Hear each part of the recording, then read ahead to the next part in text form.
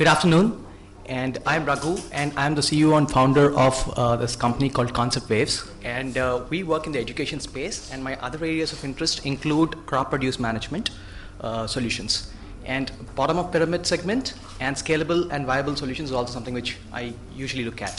EduSquares is a platform that we built, and we opened up our invitation for NGOs to use this platform. The platform was originally built for the for the commercial sector, so to speak, which could be any education service provider, schools, colleges, coaching centers. Then 4 years ago, we opened this platform up to, opened it up to NGOs to use the same platform and see, how it works. And these are some of the components that we provide to any education service provider, whether it is in the social sector or in the commercial space, right? So with this platform, we help NGOs manage their intervention effectiveness, starting with student demographics, right? And we have several modules which capture attendance and a lot of transactional data, which could also be assessments. We also provide opportunity for them to do the learning management solution. So we help them stream videos if there's a need for it. And we obviously use a lot of tablets in the whole mix, because a lot of cases streaming is a challenge given the network connectivity that we have. We also allow NGOs to distribute their study materials, and the best part of this platform is we made it pedagogy agnostic to a large extent, because each NGO that we work with has their own pedagogy, which is tailor-made for their own specific needs, and it was important for us to make sure it's a generic platform that I'm talking about and not a specific app. This is very important for us to scale and replicate, otherwise you'll be tied up with one pedagogy. Then we have fantastic reporting and analytics. And like I said, the purpose of this platform for NGOs would be more from intervention to measure their intervention effectiveness, especially for donors, right? If I give you money and you need to be accountable for that, right? It kind of, we do the initial assessments can be logged, and then, we do the final assessments, and, we kind of give that analysis as to whether the students have actually progressed because of the interventions. So that's roughly what it is. There are a lot more modules which probably are not relevant for the social sector, but yeah, that could also be used. For example, inventory management, I haven't put that here. That's a part of this system too. You could plug that in. So we're talking about building your own platform depending on what modules you need. It's not necessary that every guy needs to use all this thing. You pick and choose, and you have an opportunity to build your own application, so to speak, depending on your needs. To talk about this, it's why do I say it's a comprehensive? Let's let the keywords there are comprehensive, robust, replicable, scalable, and viable. Comprehensive because I've already talked about it. The entire student life cycle is covered, starting from the time he joins the institute to the time he leaves the institute. Also, syllabus and pedagogy agnostic gives us quite a bit of range to play with. Offered as a SaaS model, so you actually pay per use, right? And there's no capex cost. And we take care of the entire technology challenges for the NGO, so they can focus on their core competence, right?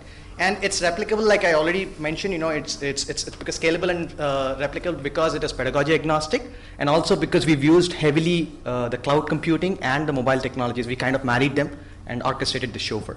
So, all right, tablets also play an important role for us. So this is the most important thing in my opinion. The platform should allow collaborative efforts. I've heard a lot of guys talk about NGOs collaborating with each other and a platform not being there for something like that. So we work with several NGOs to reach out to, right now there are around 400 students from 400 government schools on this database, and there are 35,000 students. That's per year. So in the last 4 years, it's into 4. So that's more than 100,000 students, right? So we're talking about we could enable collaboration between NGOs over here and also allow people to cross-sell. We are not talking about just education here. The minute I have database of students and their families and the demographics, I could do a lot of cross-selling. I could bring in sanitation needs. I could bring in nutrition-related metrics also could be tracked under this, right? Then we've also seen some governments being interested in taking this data and doing some interesting data analytics with it. The last thing is also, let's not leave out the private sector players. A lot of innovation is happening there, and they don't understand the segment very well, and this data could be useful. So I'm done. Oh, right. Okay, lovely. Could you come this side, please, so that they set up the next presentation? Who's the next one? You talked about mastering from the database information that you have, but is it not the infringement of personal data, family data, privacy information, educational data? This thin line. Yeah, but the state that we are in India, I think we need to first solve the first problem, which is make sure you provide good services to people. Not to say that privacy is not important, right? And you could also do an aggregation of stuff, right? I mean, you're talking about people who don't have access to basic education, and if there's somebody, the government actually wants to help them. And by the way, why is it such a bad idea to tell them that there are these needs out there, there is calling needs, pressing per year? So just any one example of a service provider who's using your platform, or an education service provider? Education provider, yes, because a lot of this donor money that comes in, they use a platform to understand, where they need to put the next investments, and they can even do the, because it's a very... So one example of anybody using your platform? For? You said this is a platform for education service providers. What is one education service provider using the platform? Okay, so there are 3 NGOs that I'll name quickly. One is Save the Children of India in Bombay, and there is Swami Vivekananda Youth Movement in Mysore/Bangalore, and there is Nandi, which is Nest, okay, that uses us, and there are a few more. Hippocampus, which is a low-cost. There are like a few of them. In fact, 25,000 is a very conservative number. In fact, it won't be more than 50,000. Okay, thank you very much.